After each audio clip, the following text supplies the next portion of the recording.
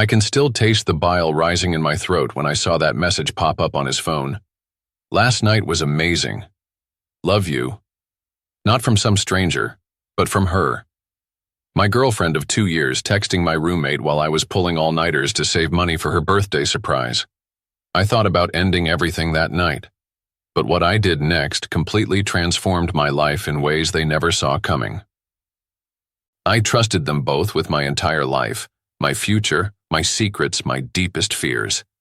Then in one sickening moment, a single notification shattered everything I thought was real about the past 2 years. The worst wasn't discovering they were sleeping together behind my back. It was learning they'd been laughing at me, mocking my trust, my dedication, my love, while planning trips with money I'd worked overtime to save. Have you ever felt that gut-wrenching, time-stopping moment when your entire reality collapses? When you realize the two people you trusted most in the world have been living a completely different life when you weren't looking?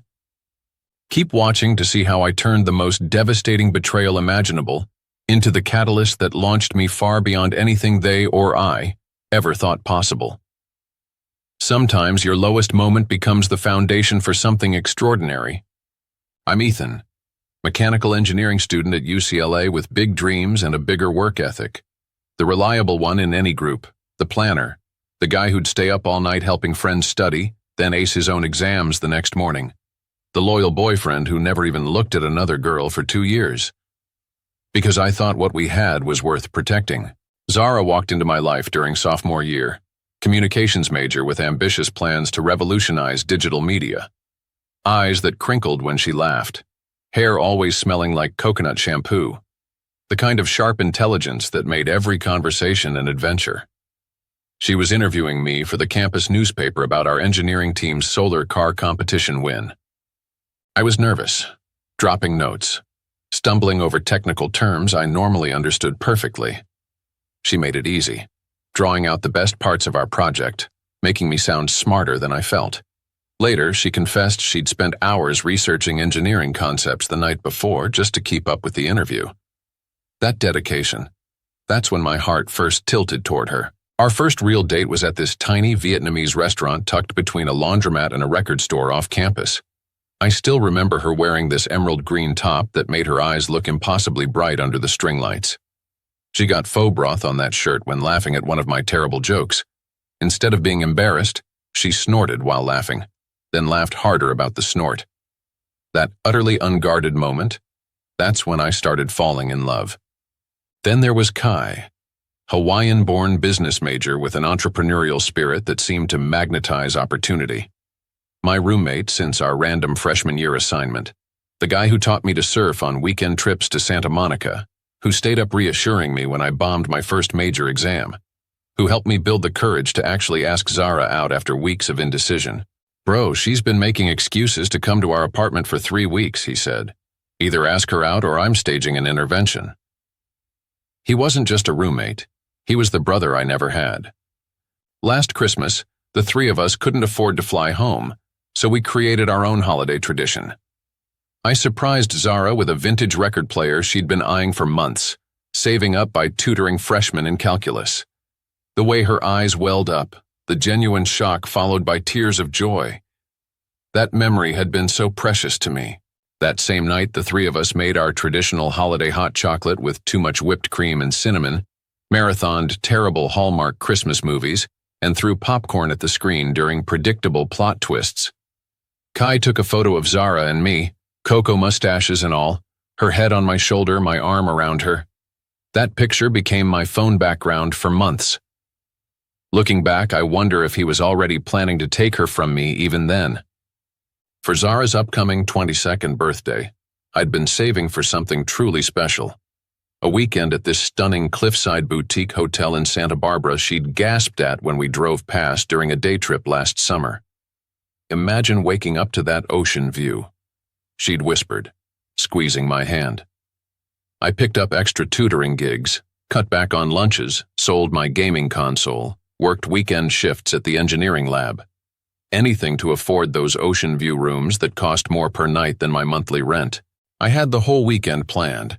sunset dinner reservations at that farm-to-table restaurant she'd read about in her favorite blog, a private beach picnic at sunrise, even a sailing lesson she'd always mentioned wanting to try. I kept the itinerary in a special folder labeled Fluid Dynamics Research, so she wouldn't accidentally find it on my laptop. I never suspected a thing, until that one Instagram notification changed everything forever. Looking back now, the red flags were waving frantically in front of my face while I walked around with self-imposed blinders. Valentine's Day.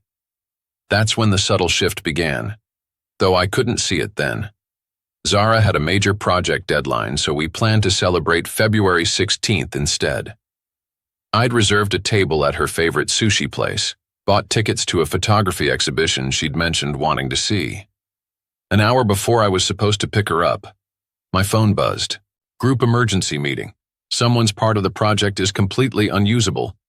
Rain check? So sorry. I sent back a supportive response, ordered takeout, and watched Netflix alone in our apartment. Kai wasn't home either. Networking event, he'd said.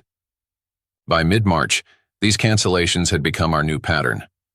Our Tuesday coffee dates before her media ethics class, a tradition for over a year, suddenly became impossible to keep. Professor moved office hours. Study group added an emergency session. Need to reshoot footage for my documentary project.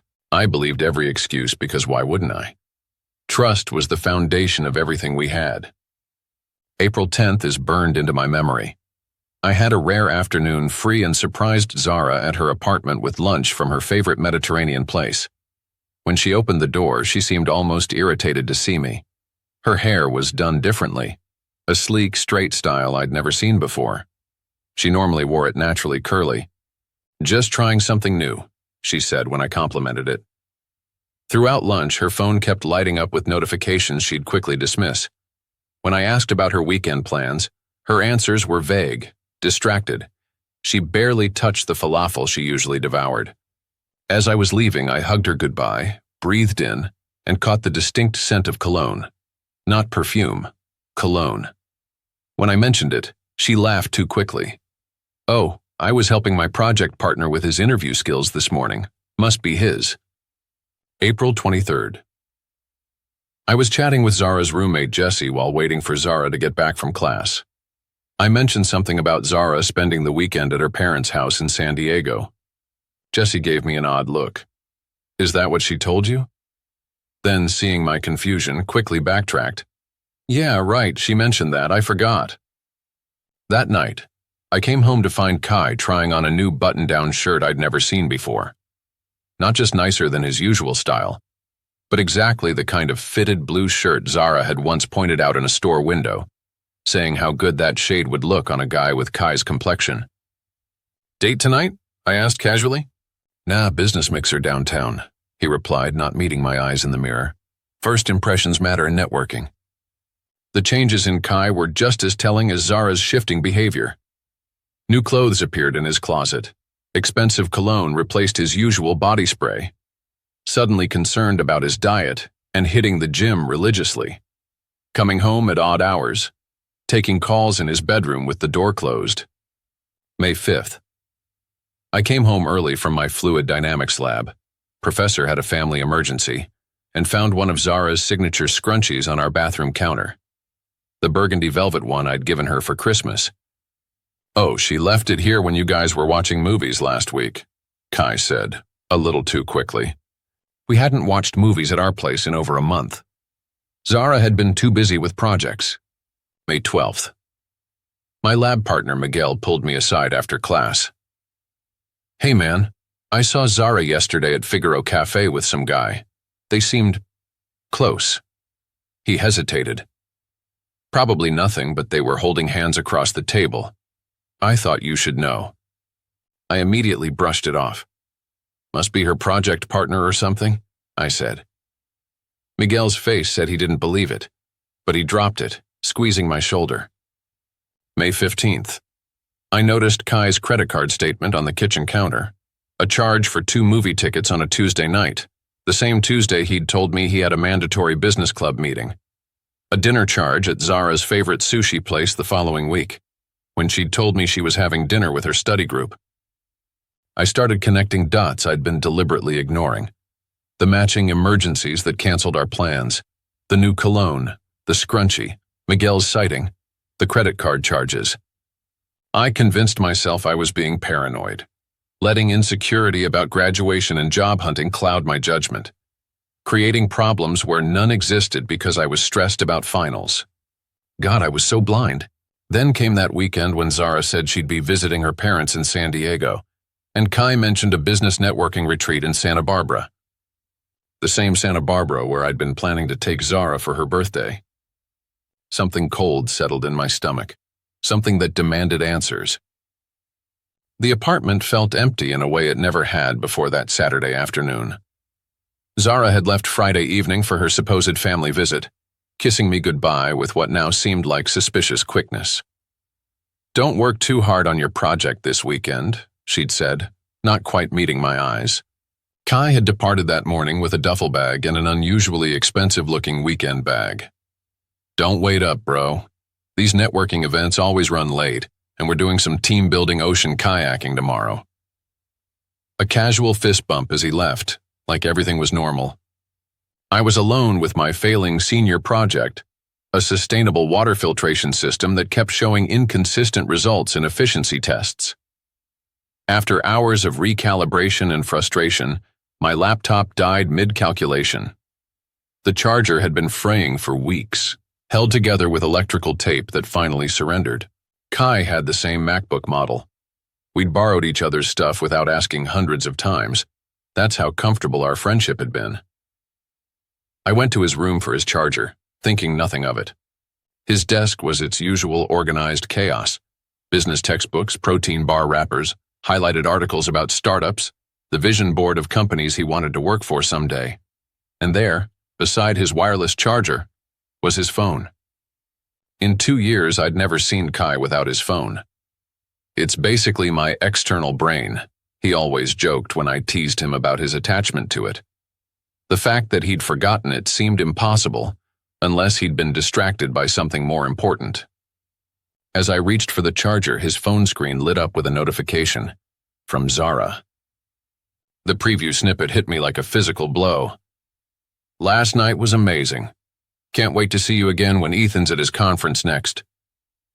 My hands weren't my own as I picked up his phone. No passcode required. Kai always said passwords were just another thing to forget. The full message materialized before me like something from a nightmare.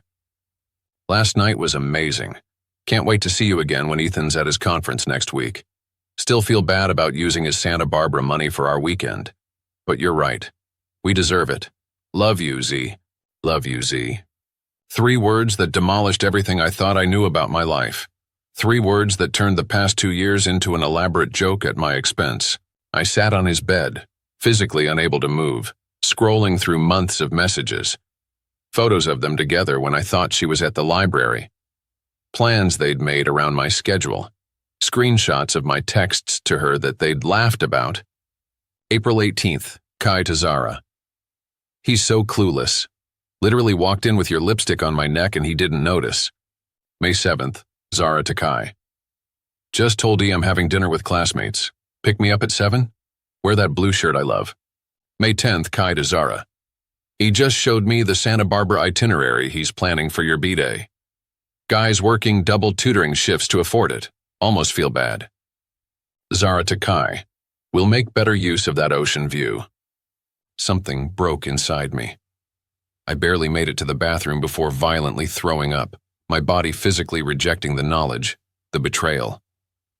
Shaking, sweating, I splashed cold water on my face and stared at my reflection, searching for what they had seen that made me so easy to deceive, so deserving of mockery. I opened Find My Friends on my phone, the app we'd all joined during a camping trip last year when Kai had briefly gotten lost hiking. Zara's location wasn't showing at her parents' house in San Diego. The blue dot pulsed mockingly at the Bel Air luxury suites, 15 minutes from our apartment. The same hotel where Kai's networking event was supposedly happening. I sat in my car in the apartment parking lot for 20 minutes, engine off, trying to remember how to breathe. My hands shook so badly I dropped my keys twice. My mind raced with options. Confront them at the hotel? Call her parents to confirm my suspicions? Drive to Mexico and never come back? Instead, I drove to campus and borrowed a mini spy camera from the engineering lab's security testing equipment. Just need it for a home security project, I told the lab manager, my voice somehow steady despite the chaos inside me. Back at the apartment, I positioned it on our living room bookshelf, hidden between engineering textbooks, angled toward the couch. At 7:43 p.m., I texted them both separately. Pulling an all-nighter at the library. Project's falling apart. Don't wait up. Then I drove to the 24-hour diner 3 blocks away, ordered coffee I couldn't stomach, and watched the camera feed on my tablet. 8:17 p.m. The apartment door opened. Kai entered, dropped his duffel bag, and immediately made a call. Hey, coast is clear. He's at the library all night. Pause. Yeah, I'm ordering the food now. Another pause, a smile I'd never seen before. Can't wait to see you. 9:03 p.m. Zara arrived with a bottle of wine, the same brand I'd been saving for her birthday dinner. They didn't even make it to the bedroom at first. I watched for exactly 7 minutes and 34 seconds before shutting off the feed. That was all I needed to see. All I could bear to see. I sat in that diner until midnight, my coffee long cold, staring at nothing, replaying every moment of our relationship, searching for the exact point where it all turned into a lie. The waitress kept refilling my cup with a pitying look, probably assuming I'd been dumped. If only it had been that simple. What I saw in that camera footage will haunt me forever. Not just the physical betrayal, but the ease of it, the familiarity, the comfort they had in my space, laughing at my expense, drinking my wine, betraying me on the same couch where we'd all watched movies together countless times. The worst part was recognizing that this wasn't a one-time mistake. This was a practiced routine. How many other nights had they done this while I worked late? How many of our shared memories were tainted by their deception? As midnight approached, my numbness gradually transformed into something colder, harder, more focused. I didn't want revenge. I wanted answers. And then I wanted them out of my life completely. I could have exploded immediately, could have stormed back to the apartment, kicked down the door, created the kind of dramatic scene they deserved. But something shifted inside me during those hours in the diner. A strange detached clarity emerged from the emotional hurricane. The engineering part of my brain, the part that analyzed problems methodically, that found solutions through careful planning, took control. If I was going to confront them, I wanted it to be on my terms, not in a blind rage that they could later dismiss as an emotional overreaction. I waited until 11:30 p.m., gave them time to move to his bedroom, to get comfortable, to believe they were safe from discovery. The drive home felt surreal, like I was watching someone else navigate the familiar streets back to my apartment. My hands were steady as I unlocked the door, my breathing controlled. The living room was empty, evidence of their evening visible everywhere. Wine glasses abandoned on the coffee table, my graduation gift from my parents. Zara's jacket draped over the armchair, delivery food containers from her favorite Thai place. Music played softly from Kai's room, a playlist I recognized because I'd made it for Zara last summer. Music to make you smile, I'd called it, spending hours selecting songs that reminded me of her. I stood outside his door for 2 full minutes, my heart hammering so violently I felt lightheaded. Not from fear, but from the sheer magnitude of what was about to happen. The ending of relationships that had defined my college years, the collapse of a future I'd planned meticulously. Then I knocked, 3 deliberate knocks. Come in? Kai called, confusion evident in his voice. He was expecting me to text before coming home. I always did when they were hanging out. I pushed the door open. They were sitting on his bed, fully clothed now, sharing earbuds, watching something on his laptop. The transition on their faces, from relaxed happiness to surprise to shock to naked fear, happened in milliseconds. Ethan, Zara stammered, yanking the earbud out. You're supposed to be at the library. And you're supposed to be in San Diego, I replied, my voice unnervingly calm even to my own ears. With your parents, who I'm guessing have no idea where you actually are. She started, glancing at Kai for support. Don't. I held up my hand. I know everything. Kai stood up, shifting into the smooth-talking business mode that had charmed professors and potential employers. Listen, man, we can explain. This isn't what it looks like. I finished for him. I pulled out my phone, opened Instagram, and showed them the screenshots I'd taken of their messages. Is this not what it looks like? Am I misinterpreting something here? They exchanged glances. That silent communication developed over months of deception at my expense. How long has this been going on? I asked, the calmness in my voice surprising even me. Silence filled the room, heavy and damning. How long? My controlled facade cracked, my voice thundering in the small room. Since Valentine's Day, Zara whispered, eyes down. 3 months. While I was planning surprises and believing excuses. While I was working extra shifts to save for her birthday. While I was defending them both to Miguel. And the Santa Barbara trip money? I asked, though I already knew the answer from their messages. Kai couldn't meet my eyes. We were going to San Francisco next weekend. While I was at my engineering conference, I nodded. The conference that could determine my entire career path, the one I've talked about for months. Ethan, I know this looks terrible, Zara said, tears forming. But we didn't mean for any of this to happen. It just did. Things happen, Zara. Accidents happen. Rain happens. My voice hardened. This required thousands of choices, thousands of lies. Every text, every date, every night, you both chose this, again and again. You were so busy with your projects, she countered defensively. Always at the lab, always talking about engineering, always focused on the future. Sometimes it felt like you weren't even here. So talk to me. Break up with me. Don't. My voice finally broke, betraying the pain beneath my calm exterior. Don't do this. Don't make me into a joke between you. We never meant to hurt you, Kai said, taking a step toward me. I know I violated our friendship, our trust. Did you laugh about it? I interrupted. When you were together, did you laugh about how stupid I was? About how easy it was to fool me? Their silence was my answer. The worst part? I said, eerily calm again. I would have done anything for either of you, anything. I turned to leave, then stopped.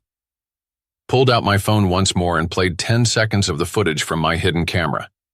Just enough for them to understand they'd been caught completely, irrefutably. Their faces drained of color. Ethan, Zara gasped, horror replacing her defensive posture. I'll be back tomorrow for my things, I said flatly. I don't want to see either of you. As I turned to leave, Kai called out, Where are you going to go? The concern in his voice, as if he still had the right to care about me after what they'd done, was the final twist of the knife. That's no longer your business, I replied, voice steady again. Neither of you gets to know anything about me ever again. I walked out with nothing but my phone, my wallet, and the shattered remains of my trust, closing the door quietly behind me. No dramatic slam, no last emotional outburst, just the soft click of a chapter of my life ending forever. The days that followed exist in my memory like fever dreams, fragmented, distorted, suffocating. I drove aimlessly that night, streets blurring through tears I hadn't allowed myself to shed in front of them. Eventually, I parked at the 24-hour gym where I had a membership, sat in the lot until dawn, watching the sky lighten with a strange detachment, as if this apocalyptic pain was happening to someone else. At 6 a.m., I texted Miguel, Something happened. Need a place to crash. His response came immediately. Doors open, spare key under the plant. When I finally told him what happened, his reaction validated the magnitude of the betrayal. Those mother... He stopped himself, punching the wall hard enough to dent the plaster. I'm so sorry, Ethan. That's beyond messed up. Miguel went with me the next day to collect my essentials. Zara had left a tear-stained note on my bed. I crumpled it without reading it, the sight of her handwriting physically painful. Kai tried to approach me in the hallway, but Miguel, nearly 6'4" of silent warning, stepped between us, arms crossed. We packed my clothes, laptop, important documents, and left everything else behind. The emotional devastation was only the first wave of destruction. The practical aftermath was a bureaucratic nightmare I had to navigate while barely functioning. My name was primary on the lease. Breaking it would cost thousands I didn't have. The security deposit I'd paid entirely myself. Zara and I had a joint account for utilities and groceries with nearly $800 in it. My brain, normally so good at solving complex problems, couldn't focus long enough to figure out simple paperwork. Word spread through our friend circle like wildfire. The reactions were a study in human nature. Most were supportive, outraged on my behalf. Others were disappointingly neutral. "These things happen in college," one acquaintance shrugged at a party. A few even suggested I was overreacting.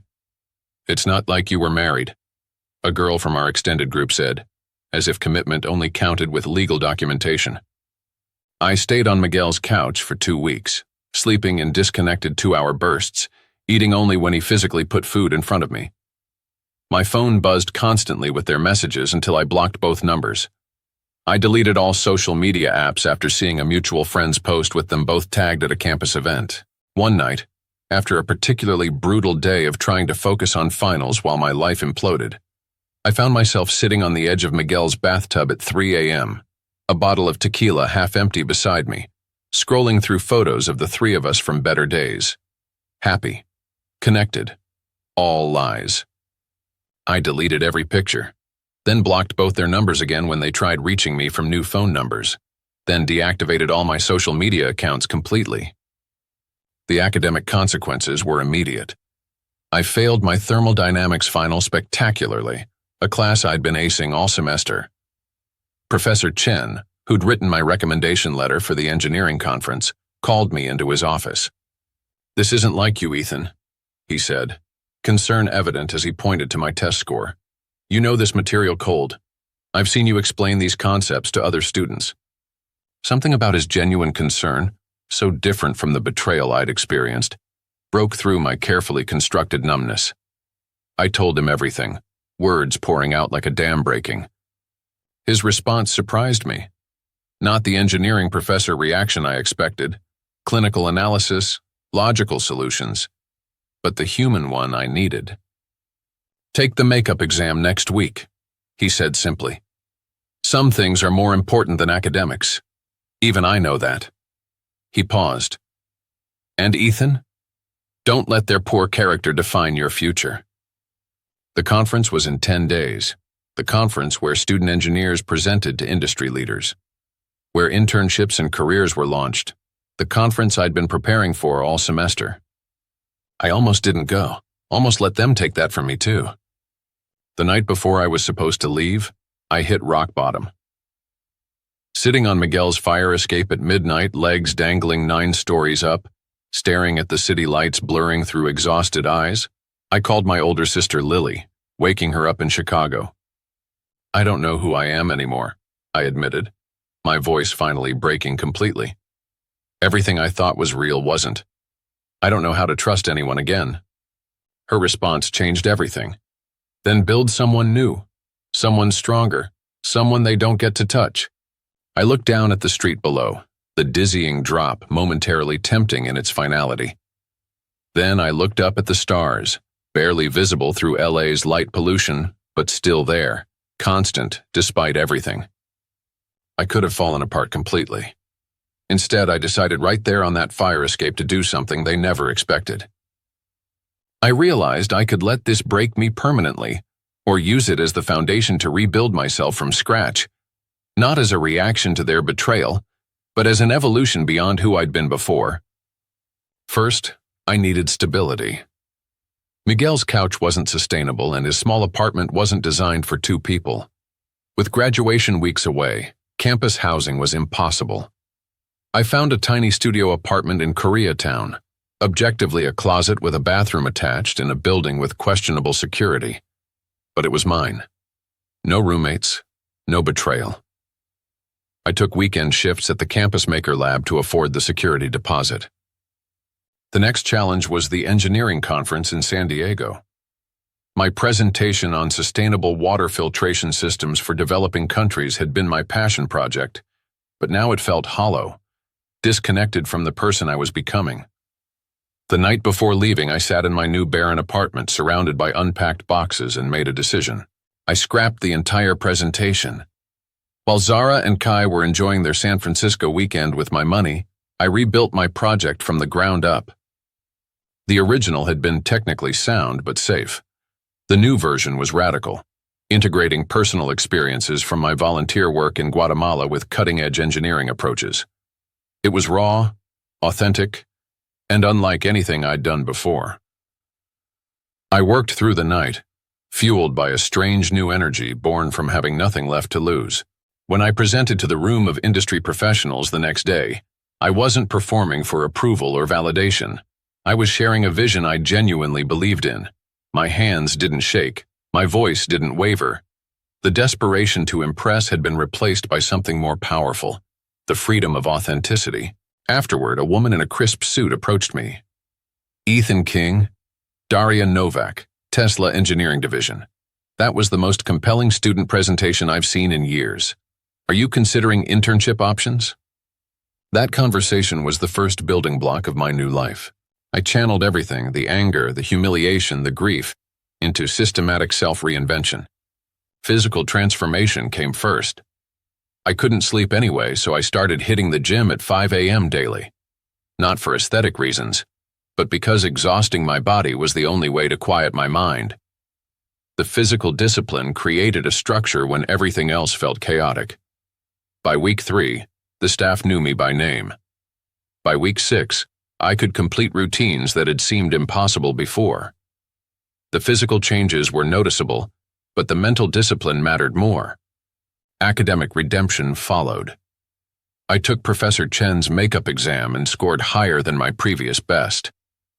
I approached my other professors honestly, not using the betrayal as an excuse, but as context for my commitment to recovery. I hit a personal crisis, but I'm back now. What can I do to make up the work? Most were surprisingly accommodating.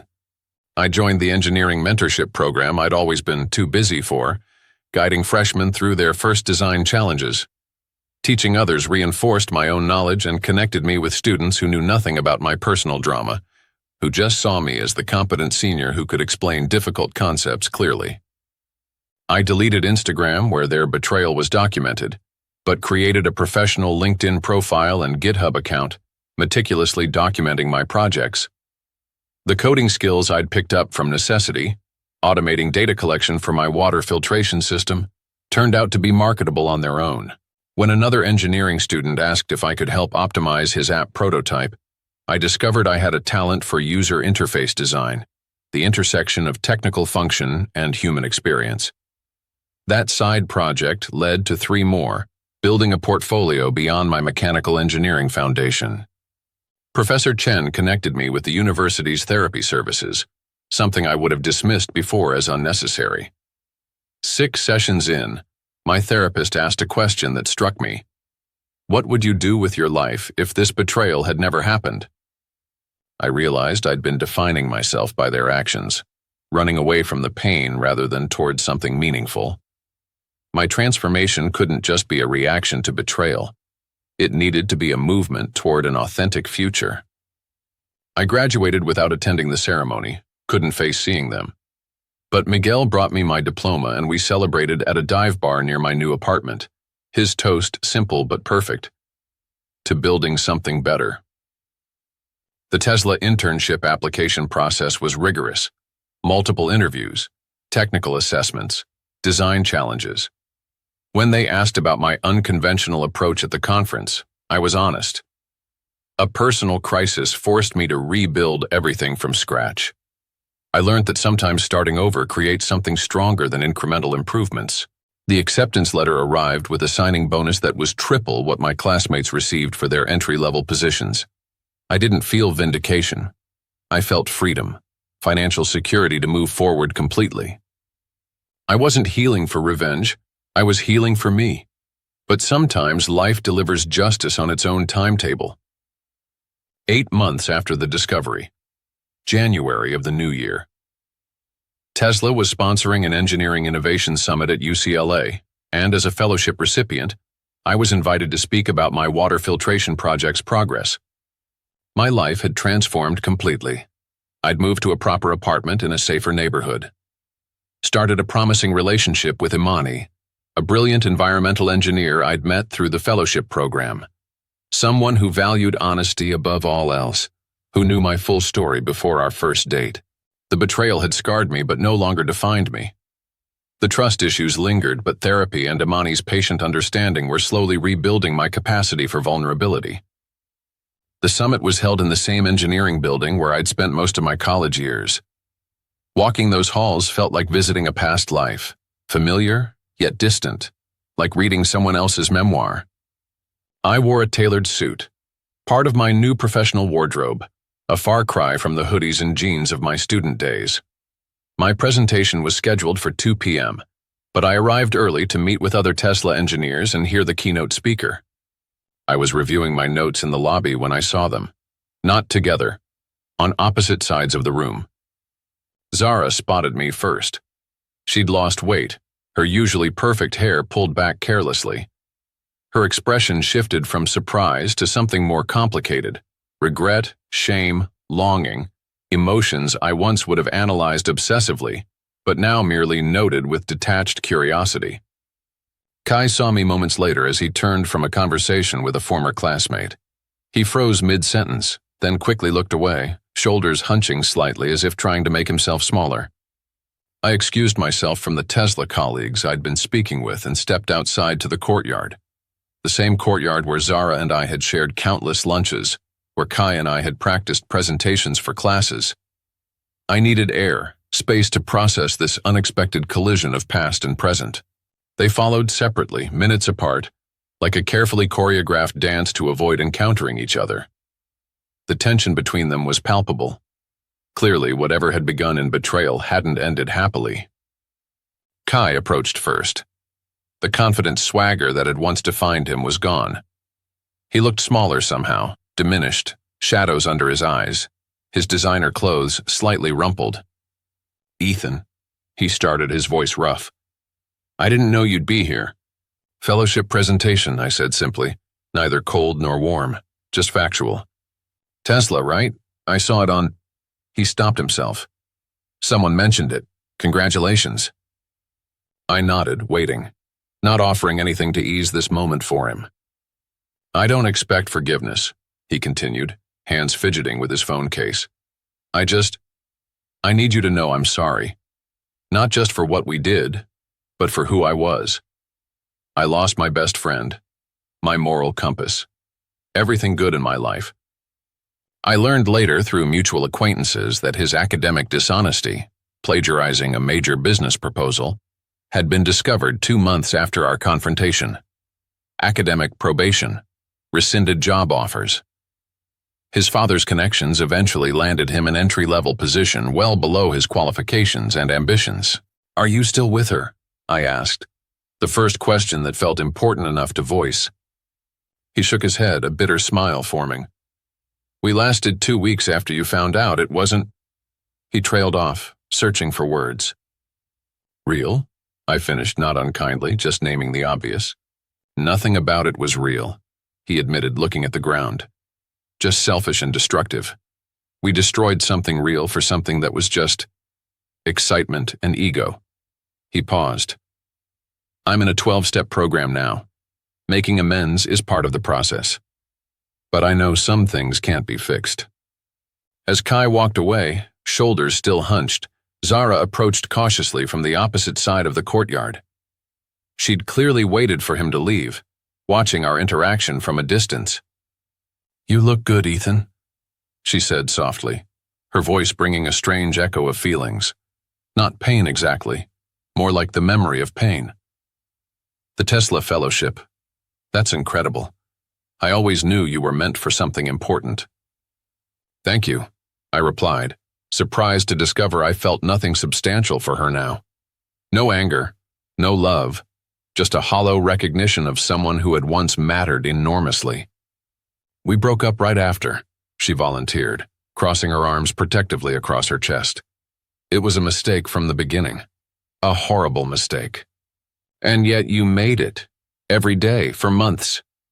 The observation wasn't accusatory, just factual. She flinched but nodded.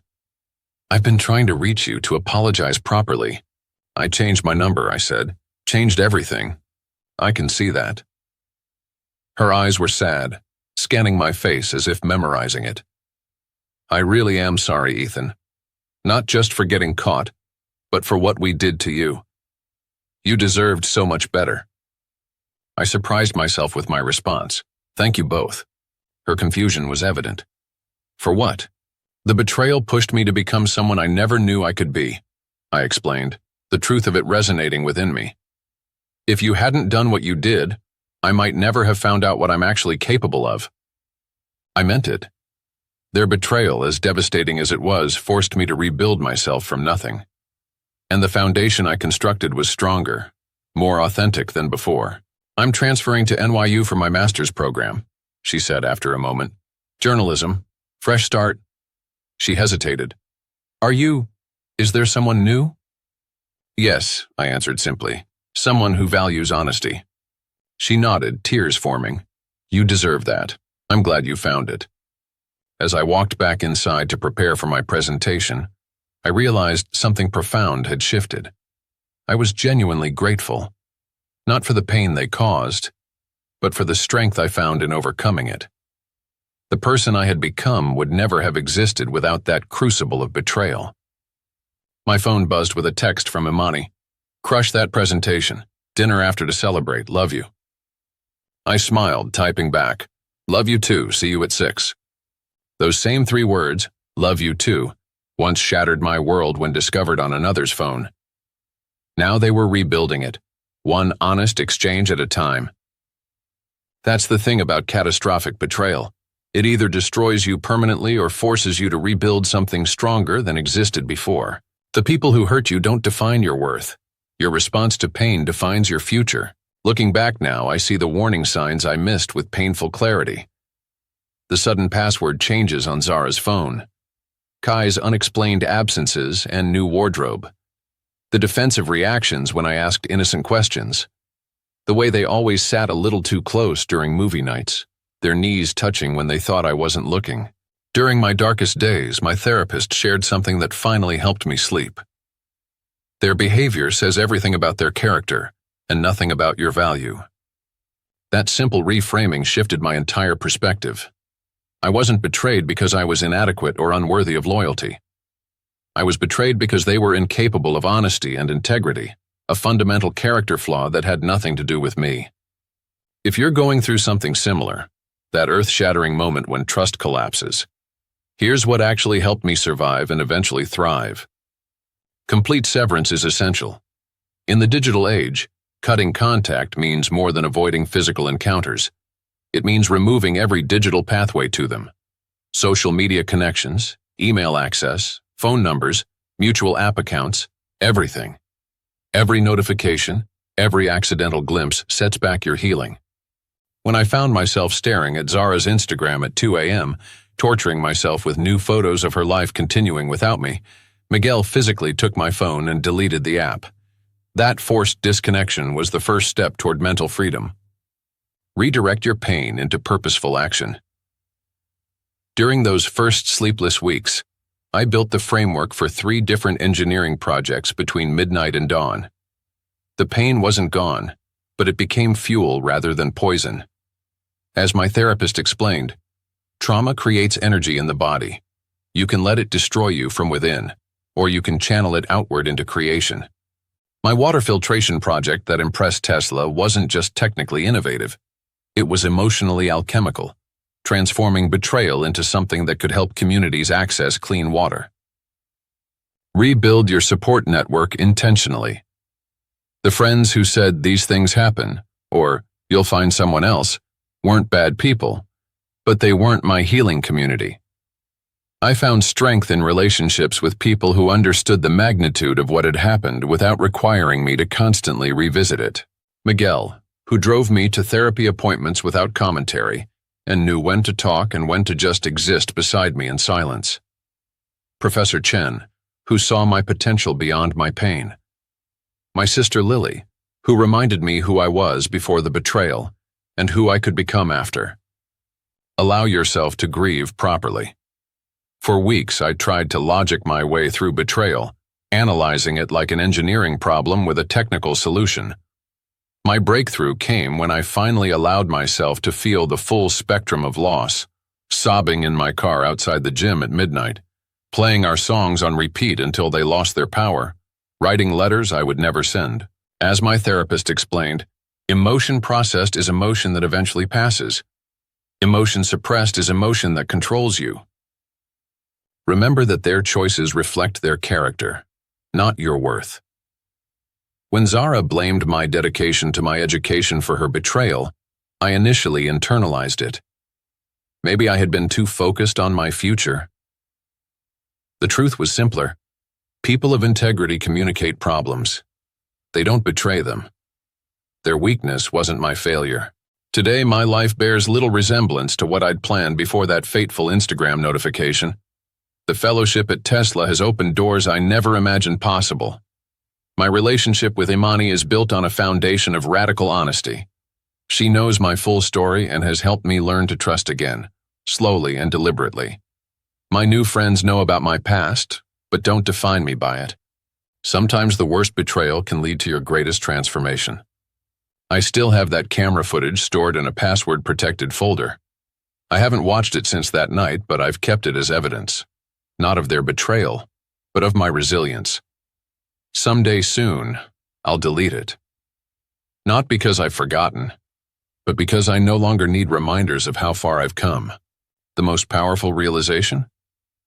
That painful chapter doesn't deserve space in my biography. It's merely a footnote in a much larger, more meaningful story that continues to unfold in ways I never could have anticipated. Ever had to rebuild after a betrayal that completely shattered your world? What helped you find strength when everything fell apart? Drop your 3-word revenge story in the comments. Subscribe for more real stories about transforming life's worst moments into catalysts for growth and success. Remember, sometimes when everything falls apart, it's just clearing space for something extraordinary to be built in its place.